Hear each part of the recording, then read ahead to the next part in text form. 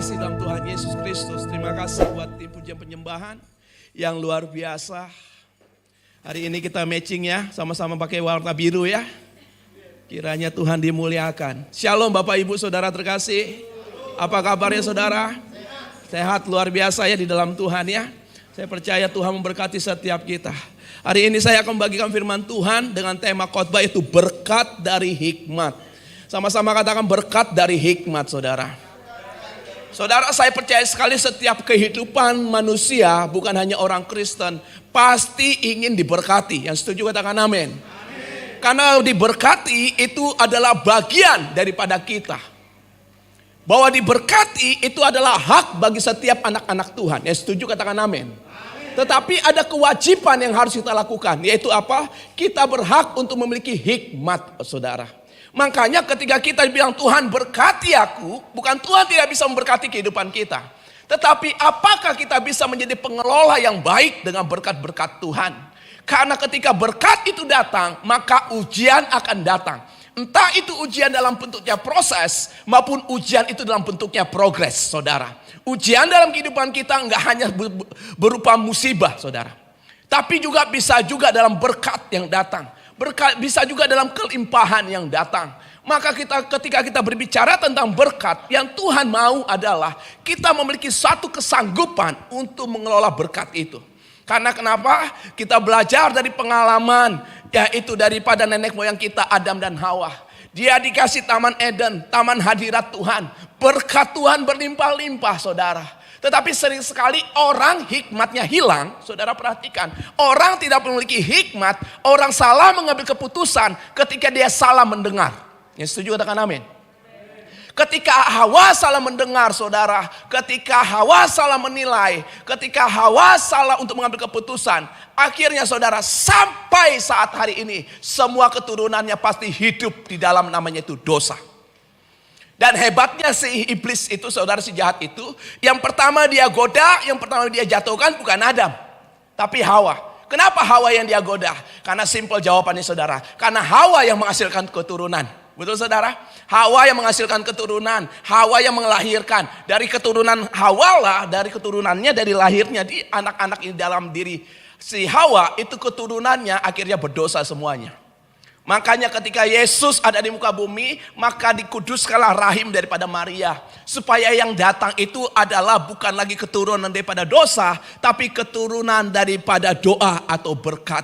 Karena dalam kehidupan ini saudara, bahwa kehidupan saudara, kuasa yang saudara miliki cuma dua fungsinya. Kuasa dalam dosa atau kuasa dalam doa. Kuasa dalam doa itu menghasilkan adalah kuasa kemuliaan. Tapi kuasa dalam dosa itu menghasilkan yaitu yang namanya itu kegelapan maupun kutuk saudara. Maka sering sekali kita bilang begini, Tuhan kenapa aku gak diberkati? Tuhan kenapa keluarga aku selalu kena kutuk? Tuhan kenapa keluarga aku selalu gagal dan sial terus ya Tuhan? Jangan-jangan saudara, ada hal-hal yang harus ya kita bereskan. Ada hal-hal yang harusnya kita luruskan di dalam Tuhan. Yaitu apa? Melalui hikmat yang datangnya daripada Tuhan. Karena sering sekali orang Kristen saudara ngadu sama Tuhan itu bukan karena begini, Tuhan kenapa sih bonusku hari ini gede sekali? Tuhan kenapa sih ini badan sehat terus? Tuhan kenapa keluarga aku diberkati terus ya? Jarang saudara. Kita sering datang kepada Tuhan, Tuhan kenapa ya? Aku kayaknya hidupnya susah terus. Betul gak saudara?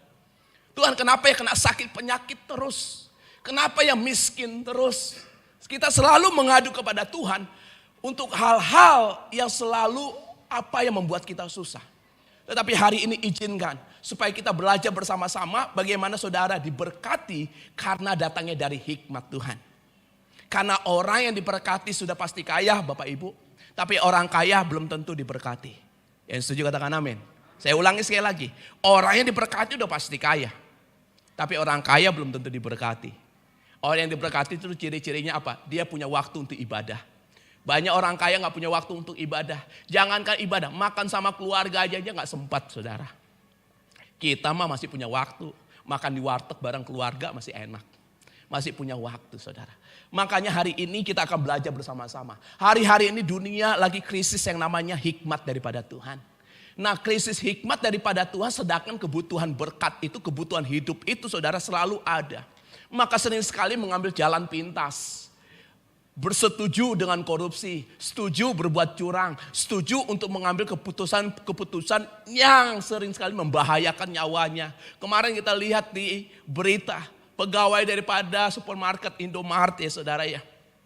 Betul saudara, dia gantung diri. Kenapa? Karena pinjol saudara. Dia nggak bisa bayar pinjaman online-nya. Dia gantung diri karena stres, dia pakai uang perusahaan. Simple saudara. Untuk mengakhiri hidupnya. Gara-gara utangnya cuma berapa, nggak nyampe 15 juta. Harga nyawanya dia buang saudara, gara-gara uang 15 juta. Kenapa seperti itu? Karena wisdom, hikmat Tuhan tidak bekerja dalam kehidupannya. Ada lagi 2 orang yang sudah orang tua, gantung diri juga. Kenapa saudara? Karena utangnya banyak, karena main judi online saudara. Hati-hati dalam kehidupan ini saudara. Banyak rumah tangga hari-hari ini cerai. Banyak rumah tangga hari-hari ini berantakan. Kenapa saudara? Bukan karena kekurangan uang. Sering sekali juga karena kelebihan uang. Maka penting sekali kita hari ini belajar. Untuk bisa menjadi orang-orang yang diberkati. Yang mau diberkati katakan amin. Tapi kuncinya harus punya hikmat yang daripada Tuhan. Maka mari kita buka dalam kitab Amsal pasal yang ketiga. Amsal pasal yang ketiga. Ayat 1 dan 2 terlebih dahulu kita baca. Sepanjang hari ini saya bicara tentang berkat dari hikmat. Dari ibadah pertama, ibadah pemuda maupun hari ini. Mari saudara kita baca sama-sama. 1, 2, 3. Hai. Janganlah. Dan. Stop dulu sampai di situ. Perhatikan saudara. Ini adalah kalau saudara mau rindu memiliki hikmat. Hikmat yang pertama Tuhan bilang begini. Hai anakku. Jadi didikan itu, ajaran itu bukan diberikan kepada orang-orang ketika usianya itu sudah lansia. Bukan usianya itu pemuda remaja. Tetapi di sini dikatakan, hai anakku. Yang artinya sejak kapan saudara mengenal Tuhan, sejak itulah saudara harus mulai bisa mengenal ajaran daripada Tuhan. Dikatakan, hai anakku, janganlah engkau melupakan ajaranku. Yang setuju katakan amin. Tapi apakah berhenti sampai di situ saudara? Tidak. Malah Tuhan dalamkan ayatnya tidak hanya melupakan. Tapi Tuhan bilang di sini, dan biarlah hatimu memelihara perintahku. Karena hati adalah pusat kehidupan dari setiap manusia saudara. Di mana hatimu berada, di mana hartamu berada, di situ hatimu berada. Jadi kalau hatimu kamu simpan dengan iri hati, hatimu kau simpan dengan kerakusan, hatimu kau simpan dengan keegoisan, maka hati fungsinya jadi tidak berfungsi dengan baik. Ternyata Tuhan bilang begini, jangan melupakan ajaranku. Berbicara tentang pikiran. Bahwa ajaran Tuhan itu harus terus saudara inventariskan di dalam pikiranmu. Karena di dalam pikiran kita ini ada alam sadarnya Pak. Ada alam di atas sadar, ada alam di bawah sadar. Konten yang paling besar itu alam bawah sadar, hampir 70-80%. Alam sadar saudara itu sekitar 10% atau 17%. Sisanya alam di atas sadar. Nah tindakan kita itu ditentukan oleh alam bawah sadar kita. Ambil contoh. Ketika saudara lagi lapar. Maka alam bawah sadar bekerja. Lapar harus langsung makan. Nah ketika makan alam bawah sadar bekerja. Makan apa? Dia langsung pilih. Oh makan ini, makan ini, makan ini. Nah ketika saudara lagi bawa motor diserempet spionnya, alam bawah sadar bekerja. Mengeluarkan kata yang sia-sia, apa kata yang baik. Kalau saudara suka merenungkan firman Tuhan, tidak melupakan ajaran Tuhan. Ketika spionnya diserempet, maka saudara akan bilang, Bapakku yang baik. Betul saudara? Enggak maki-maki orang. Tapi kalau misalnya saudara yang diisi itu misalnya kebun binatang semua di bawah alam sadarmu, kesenggol dikit, langsung bilang, woi B2, langsung begitu saudara. Kenapa saudara? Karena kehidupanmu di dalam pikiranmu itu akan bereaksi dalam tindakanmu. Setuju saudara? Setuju. Coba aja nanti saudara pulang, tiba-tiba saudara senggol teman saudara. Entah tackle kakinya atau godain. Lihat emosinya bagaimana. Itu ditentukan alam bawah sadarnya. Begitu juga tes istri kita di rumah bapak-bapak. Ketika uang belanja nggak ada, coba tes. Ketika uang belanja nggak ada, lalu dia minta sama kita. Pak uang belanja habis. Saudara ledekin, habis mulu. kemarin yang gue kasih habis juga. Nah lihat emosinya. Dia tiang garam apa tiang awan? Dia tiang garam apa tiang doa gitu saudara. Kalau istri tiang doa saudara, ketika dibilang Pak uang belanja habis mulu. Iya Pak cuma segini duitnya yang kemarin dikasih. Jadi gak cukup. Tapi kalau dia tiang garam saudara, pas saudara tanya habis mulu duitnya. Emang berapa kok kasih? 50 ribu? 50 ribu untuk sebulan? Gak ada lah otak kau. Maka apa yang terjadi saudara? Alam bawah sadar bereaksi. Akhirnya apa? Keluar kata-kata yang sia-sia. Maka firman Tuhan katakan begini saudara. Hai anakku. Yang anak Tuhan katakan amin. Yang gak ngomong amin juga gak apa-apa. Karena gak semuanya harus jadi anak Tuhan. Gitu ya saudara ya. Dikatakan jangan engkau melupakan ajaranku. Didalamin lagi sama Tuhan. Dan biarlah hatimu memelihara perintahku. Yang namanya dipelihara saudara paham? Kalau jangan melupakan begini saudara, iya diingat aja. Tapi tidak dilakukan. Makanya Tuhan dalamkan, harus dipelihara firman Tuhan. Firman Tuhan dipelihara itu dikembangkan. Dikembangkan itu maksudnya seperti apa Pak? Kalau Tuhan katakan kasihlah sesamamu. Saudara harus mulai pelihara itu firman Tuhan. Kapan kita mengasihi? Ketika orang mengasihi kita? Bukan. Ketika orang benci sama kita. Ketika orang jahat sama kita. Fungsikan firman Tuhan untuk mengasihi dia. Sabar. Kapan kesabaran itu diuji? Ketika kita diuji ketidaksabarannya. Betul saudara? Lemah lembut ketika saudara diuji juga hatinya. Bahasa simpelnya begini. Kalau namanya memelihara, misalnya kita memelihara binatang seperti ayam. Ayam jantan dan ayam betina hari ini saudara pelihara. Kerinduan terbesar saudara untuk memelihara ayam jantan dan ayam betina untuk apa? A. Bertelur. B. Beranak. C. Mandul. Apa tujuan saudara untuk melihara ayam sepasang itu? Pasti bertelur. Betul nggak saudara? Rindu untuk bertelur. 3 bulan kemudian nggak bertelur. Saudara udah pelihara. Saudara udah kasih makan. Bulan Oktober nggak bertelur juga. Kira-kira malam tahun baru diapain tuh ayam? Cepat kali bapak ini ya. Betul nggak saudara? Pasti kita potong. Kenapa? Karena dia gak berkembang dengan baik. Begitu juga hidup kita. Memelihara firman Tuhan di dalam hatimu. Apa contohnya Pak? Kalau firman itu dipelihara, kita pelihara dalam hidup kita. Perubahan terjadi dalam hidup kita. Yang ngerti katakan amin. Bukan perubahan orang lain. Ciri daripada orang yang tidak melupakan firman Tuhan. Dan biar hatinya memelihara perintahku. Ciri yang paling besar. Dia pelihara firman Tuhan. Perubahan terjadi dalam hidupnya.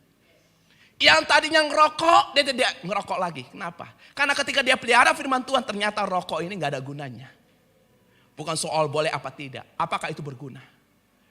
Ketika dia pelihara firman Tuhan bilang, kasihilah istrimu. Yang tadinya suka pukul istri, tampar istri, sekarang dia ubah. Setiap dia pulang, dia bawa bunga pada istrinya. Bunga mawar dan bunga bang. Betul saudara? Dan istri akan tersenyum saudara. Nah istri yang dipulihkan dia hargai suaminya. Nah ciri dia hargai suaminya, setiap suaminya pulang, dia siapkan minuman. Dia siapkan makanan. Entah itu suami mau pulang bawa duit, enggak bawa duit, dia siapkan. Tetapi kalau itu enggak saudara lakukan saudara, berarti firman Tuhan belum berubah dalam kehidupan saudara. Betul? Jadi ibu-ibu yang hari ini suaminya enggak ikut, nanti pulang ke rumah jangan dimaki, jangan diomelin. Jangan sepertinya saudara lebih kudus satu level di atas malaikat saudara. Jadi ketika saudara pulang ke rumah saudara lihat suami saudara lagi nonton TV atau lagi tidur. Lalu saudara bilang, ih suami siapa lah ini. Tadi di gereja aku lihat bapak-bapak di sana udah gagah-gagah bersih-bersih ke gereja. Ini udah hitam botak hidup lagi. Percuma saudara datang ke gereja nggak pelihara firman Tuhan. Betul nggak saudara? Seharusnya kalau saudara pulang dari tempat ini mampir sebentar. Beli iga bakar. Kemahalan Pak iga bakar. Beli mie instan rasa iga bakar. Rasa soto mie juga ada. Saudara beli. Betul nggak saudara? Sambil saudara masak dulu sambil dia masih tidur. Saudara nyanyi. Oleh darah anak domba. Sambil saudara masak tuh mie instan, kasih sedikit jampe-jampe. Bertobat kau Pak. Gitu saudara. Habis saudara bikin seperti itu, masuk saudara ke kamar. Bangunin suamimu. Amang nabasa na burju. Bapak bangun yuk. Udah malam ini. Bapak semalam tidur. Sekarang masih tidur. Kukira bapak mati. Bangun pak. Betul gak saudara? Bangun bapak. Hampir saudara embuskan tuh mie instan rasa iga bakar ke hidungnya asapnya. Nah pas dia bangun saudara tinggal ngomong. Pak tadi di gereja firmannya tentang ini. Saudara suapin dia. Walaupun dia terbengong-bengong. Biasanya kalau saudara datang ke rumah marah-marah. Ini kok tiba-tiba berubah istriku. Saudara suapin dia pakai garpu kan. Kalau dia masih setengah sadar agak tusukkan dikit ke dalam. Supaya dia sadar saudara. Sambil saudara suapin. Saudara langsung sambil dia begitu. Saudara berdoa dia bertobat. Supaya dia bertobat. Jadi jangan diomelin. Kalau diomelin nanti dia gak susah bertobat. Yang sering ke gereja aja gak ada perubahan. Gimana aku mau berubah? Paham gak saudara? Tetapi hari ini ayo. Saudara yang melihara firman Tuhan. Ayo. Hatinya. Hidupnya harus diubahkan terlebih dahulu. Yang mau katakan amin. Kalau saudara berubah, ibu-ibu berubah, maka suamimu yang belum bertobat minggu depan dia datang ke gereja enggak? Halo, datang ke gereja enggak? Melihat saudara berubah, dia datang ke gereja enggak? Belum tentu. Jangan terlalu percaya diri. Ya, belum tentu saudara. Tapi saudara berubah bukan karena suamimu. Saudara berubah karena saudara sudah memelihara firman Tuhan. Nah orang yang kalau sudah pelihara firman Tuhan saudara. Hidupnya enteng. Selalu bersuka cita. Ini hikmatnya. Maka apa berkatnya? Blessingnya. Di ayat yang kedua. Mari kita baca ayat yang kedua. 1, 2, 3. Karena. Dan. Serta. Yang percaya katakan amin.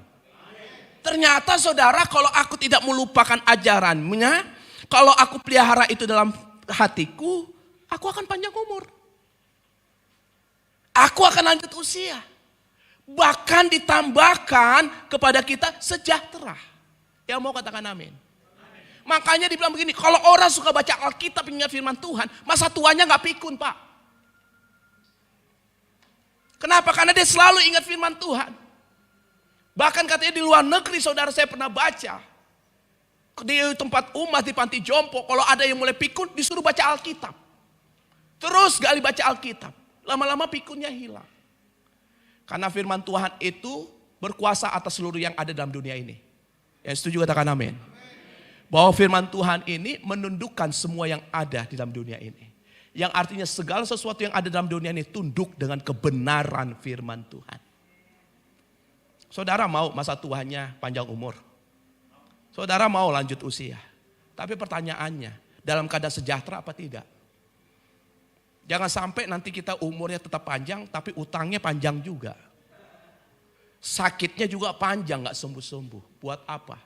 Tetapi yuk hari ini, sejak usia kita saat ini ada, blessing yang saudara dapat panjang umur dan lanjut usia, bahkan sejahtera ditambahkannya. Jikalau saudara tidak melupakan firman Tuhan, dan memeliharanya dalam kehidupanmu. Tadi memelihara, tadi saya sudah kasih penjelasannya. Itu harus dikembangkan, harus dipraktekkan dalam kehidupan. Karena firman Tuhan tidak untuk informasi. Firman Tuhan untuk mentransformasi. Yang setuju katakan amin. Tulis di status WA-mu. Firman Tuhan bukan informasi. Tapi firman Tuhan mentransformasi. Yang mau doakan silakan hubungi saya. Gitu, tulis saudara. Di status WA. Ya. Itu poin yang pertama. Kita masuk poin yang kedua saudara. Mari kita baca ayat yang ketiga dan keempat. Ayat ketiga dan keempat. Ayat 3 dulu kita baca sama-sama. Dengan suara yang penuh dengan kemenangan. 1, 2, 3.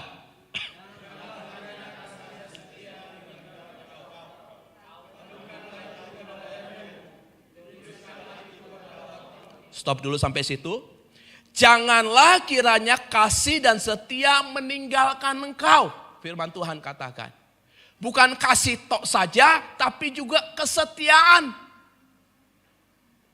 Karena orang punya kasih, tidak punya setia, cenderung bodoh.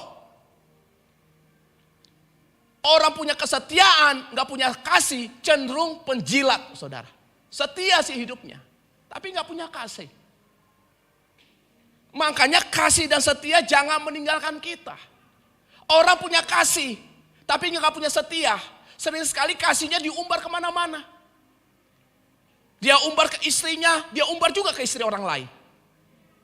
Bodoh. Harusnya kalau punya kasih, harus punya kesetiaan.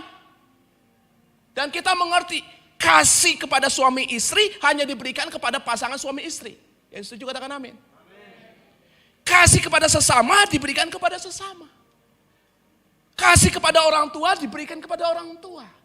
Kalau takaran kasihnya pas Pak, tidak offside, maka jauh dari perselingkuhan lagi. Tuhan bilang begini, kalungkan itu pada lehermu. Makanya orang Kristen suka pakai kalung salib, saudara. Rupanya yang dikalungkan itu, salib itu menunjukkan kasih dan setia. Betul ya saudara ya? Salib itu saudara tahu kan lambangnya?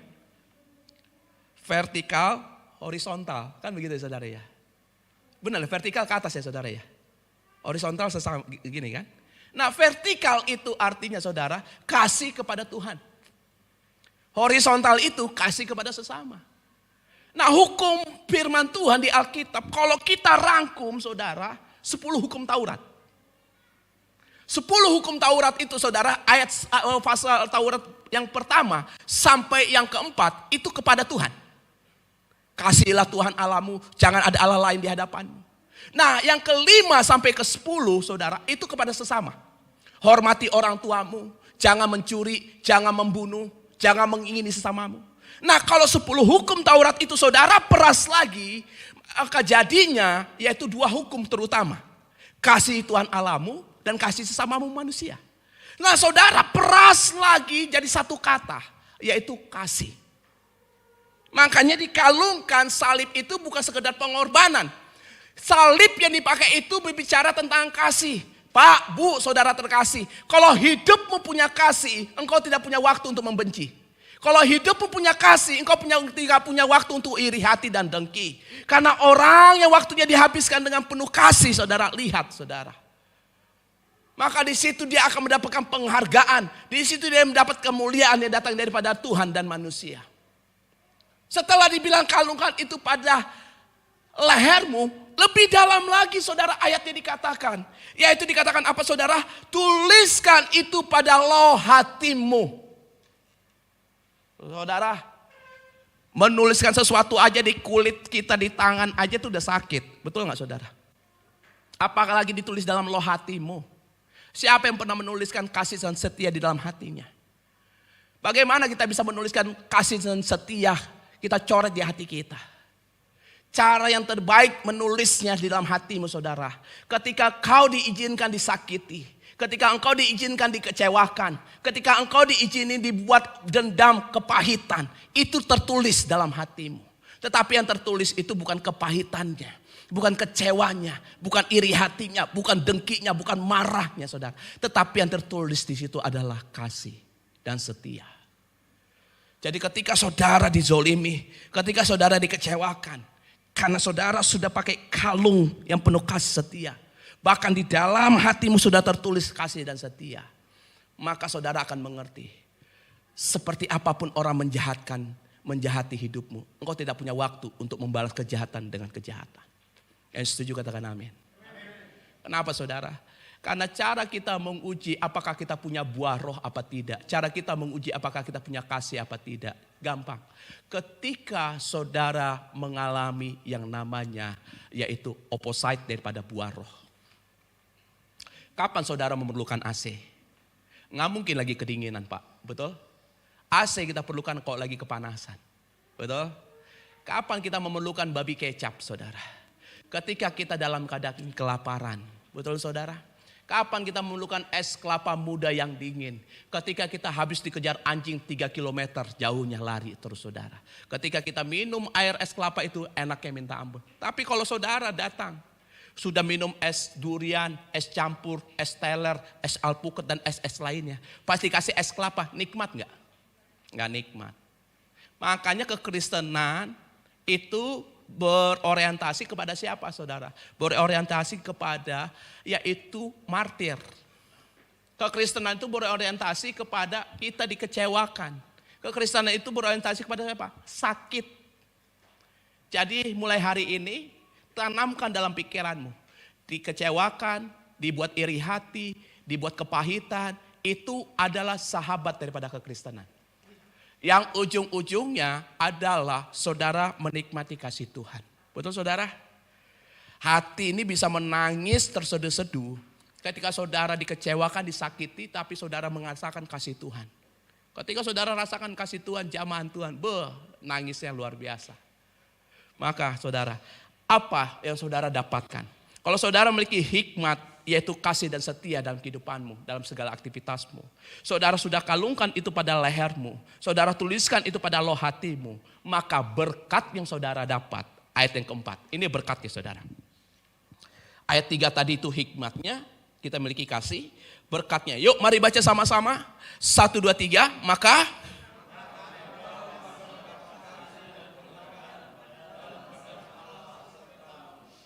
serta manusia.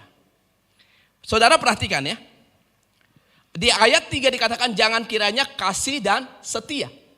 Tetapi berkat yang saudara dapatkan kasih dan penghargaan. Bukan kasih dan setia juga. Kenapa saudara?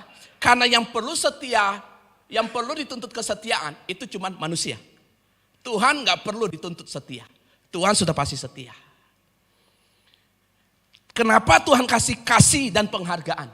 Karena penghargaan adalah kebutuhan daripada manusia. Kebutuhan daripada manusia kasih dan penghargaan. Makanya di Alkitab kalau kita konseling orang misalnya yang menikah, dibilang gini, suami itu perlu dihargai. Istri itu perlu dikasihi. Betul saudara? Ternyata dua insan ini hanya perlu kasih dan penghargaan. Nah bagaimana kita memiliki kasih dan penghargaan? Simple. Kalau kita memiliki kasih dan setia. Ketika saudara setia kepada Tuhan. Saudara setia kepada pekerjaanmu. Saudara setia kepada pasanganmu. Saudara setia untuk melakukan kehidupan yang benar dengan firman Tuhan. Maka di sini dikatakan, maka engkau akan mendapat kasih dan penghargaan. Di mana?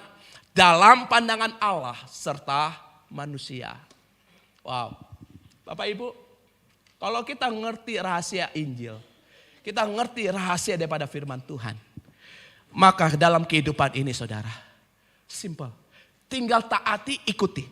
Maka kehidupan saudara, seperti apapun proses dan tantangannya, percayalah, Tuhan akan tolong. Tuhan akan jagai, Tuhan akan lindungi. Yang setuju katakan amin. Yang setuju katakan amin. Kasih dan setia harus diuji dalam kehidupanmu. Kasih dan setia harus engkau alami dalam kehidupanmu. Diejek Pak, dijelek-jelekin. Saya sudah pernah bilang gini di sini, bahwa yang dijelek-jelekin, yang diejekin itu cuma orang cakep. Orang jelek mah gak mungkin dijelek-jelekin. Udah mentok. Betul saudara? Jadi kalau saudara suka digosipin, suka diomongin, bersyukur sama Tuhan. Karena dalam kehidupan ini, kekristenan itu harus bersahabat dengan yang namanya itu proses dalam kehidupan. Maka ketika saudara mengalungkan, menuliskan dalam loh hatimu kasih dan setia, maka Tuhan akan mengangkat engkau. Tuhan akan mempromosikan saudara. Tuhan akan membuat saudara naik. Please, jangan jadi penjilat. Yang Tuhan perlu jadilah orang taat. Karena setia itu saudara beda tipis. Jadi orang yang setia itu dua gendangnya. Dalam ketaatan apa dia menjilat. Tetapi biarlah saudara menjadi orang-orang yang taat kepada Tuhan. Sehingga di kantor, dimanapun ketika engkau ingin mendapatkan promosi.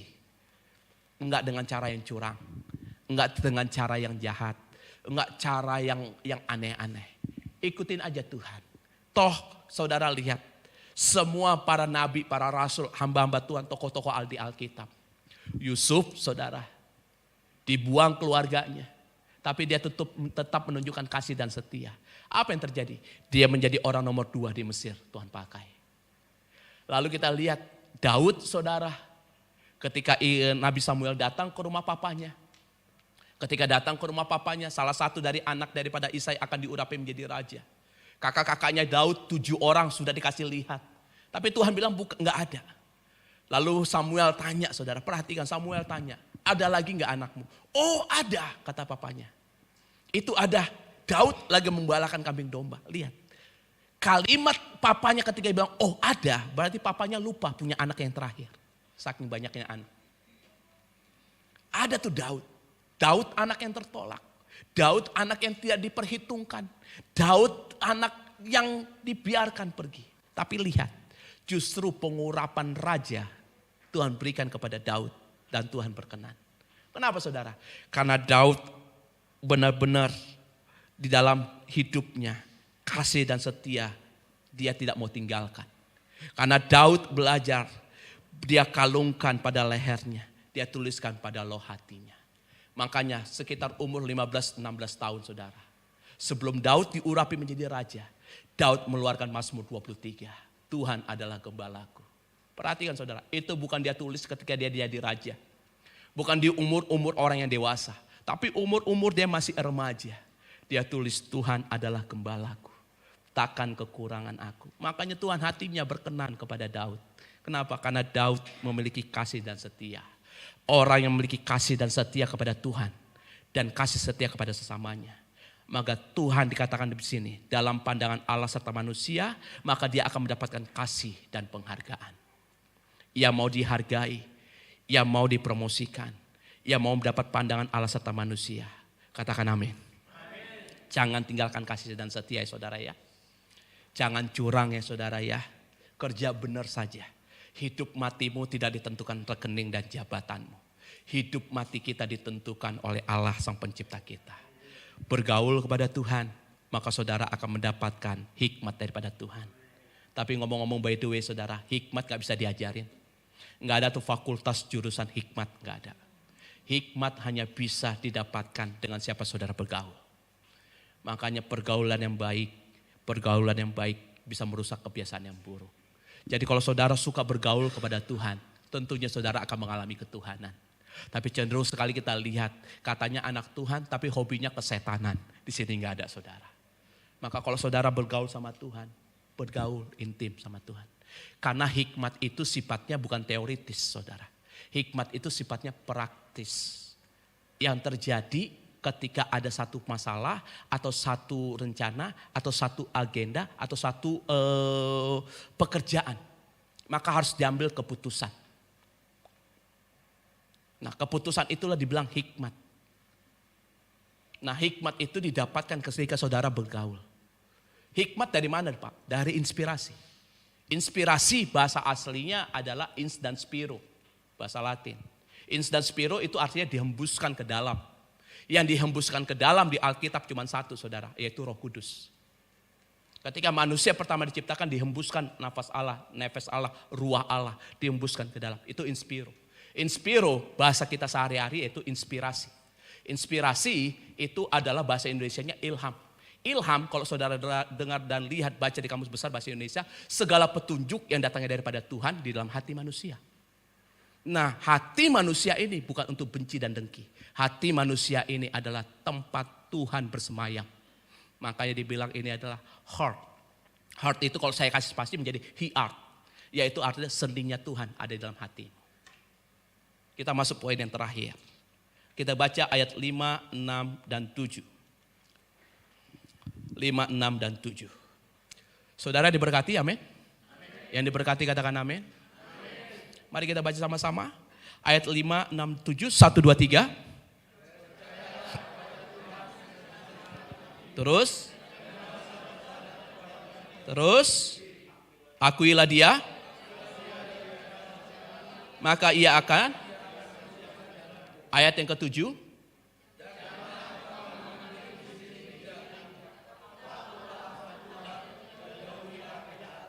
Oke. 5, 6, 7 ini kalau saya rangkum saudara, artinya begini, don't worry, be glory. Hidup ini jangan khawatir. Tapi hidup ini harus penuh dengan kemuliaan Tuhan. Makanya Tuhan katakan begini, percaya kepada Tuhan dengan segenap hatimu. Jangan bersandar kepada pengertianmu sendiri. Sering sekali kita pakai pengertian kita, kepercayaan kita sendiri. Mentok-mentok kalau udah kepepet baru ke Tuhan. Tapi yang Tuhan mau, Tuhan bilang begini, percaya kepada Tuhan dengan segenap hati. Bukan setengah hati saudara. Lalu dikatakan begini, akui dia dalam segala lakumu, maka ia akan meluruskan jalanmu.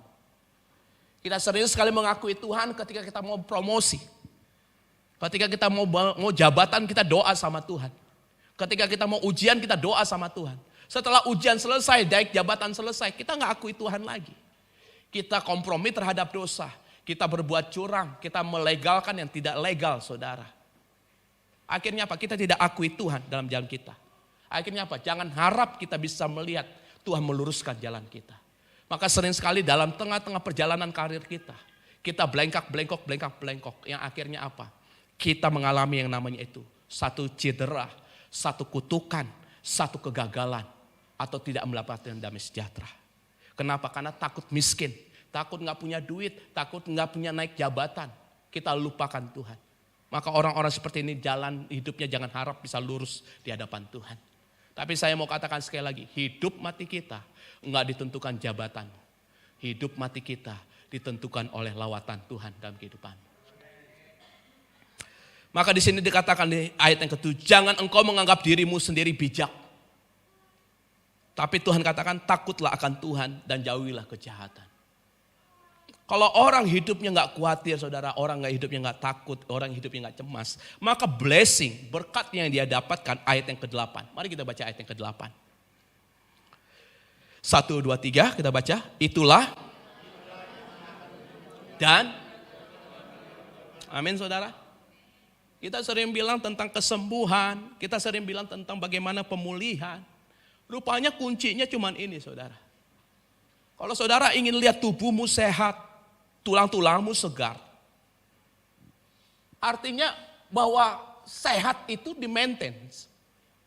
Sehat itu gak serta-merta bim salah bim selesai.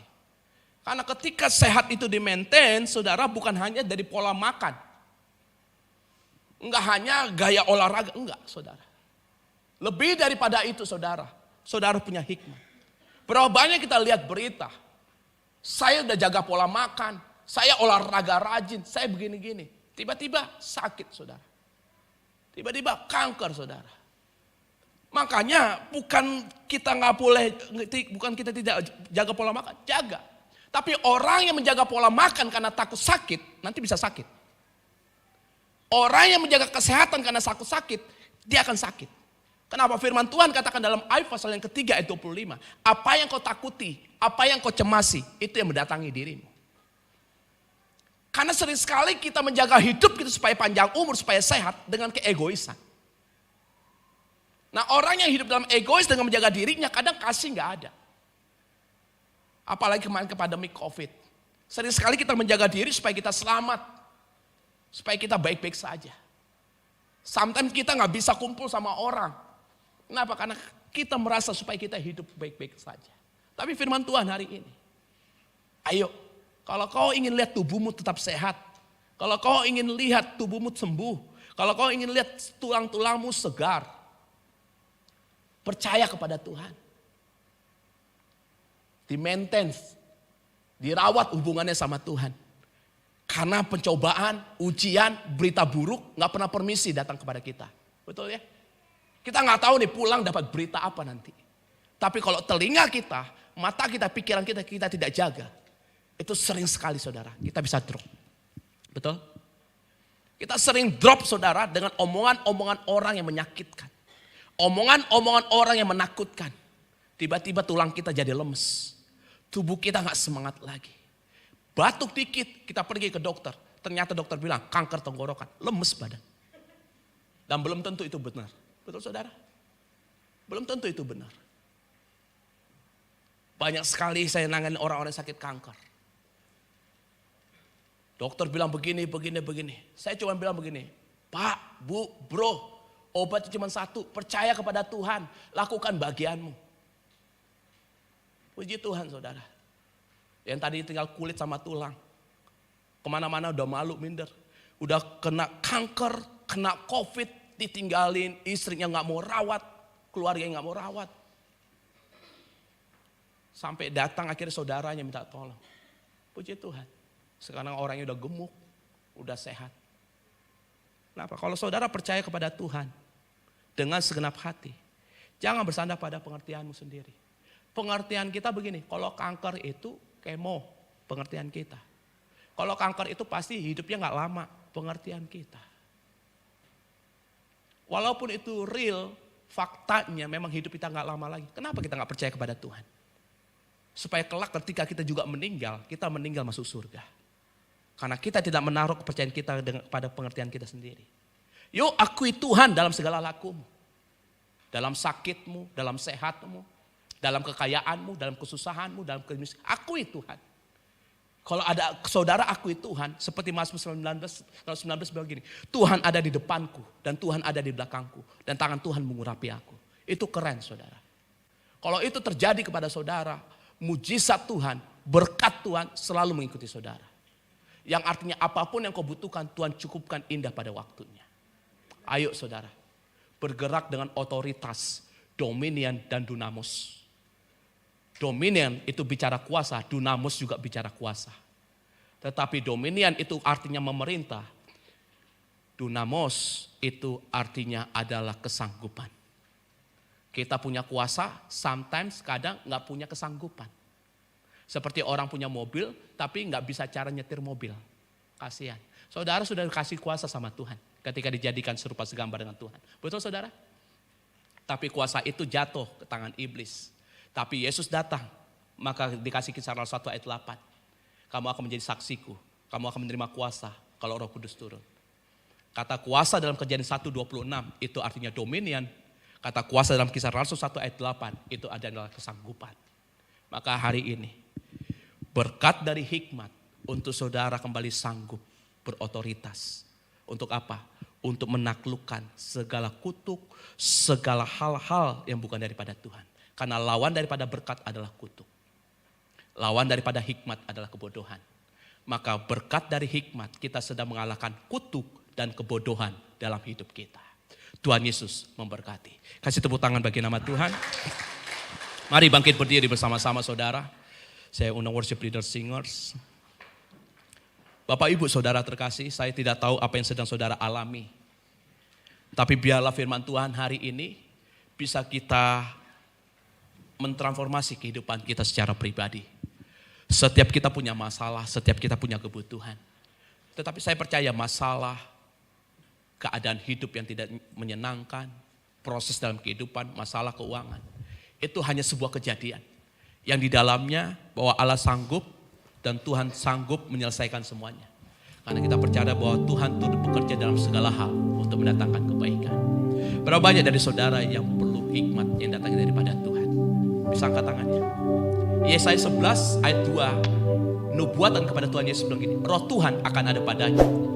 Ada roh hikmat dan pengertian. Ada roh nasihat dan keperkasaan. Ada roh pengenalan dan takut akan Tuhan.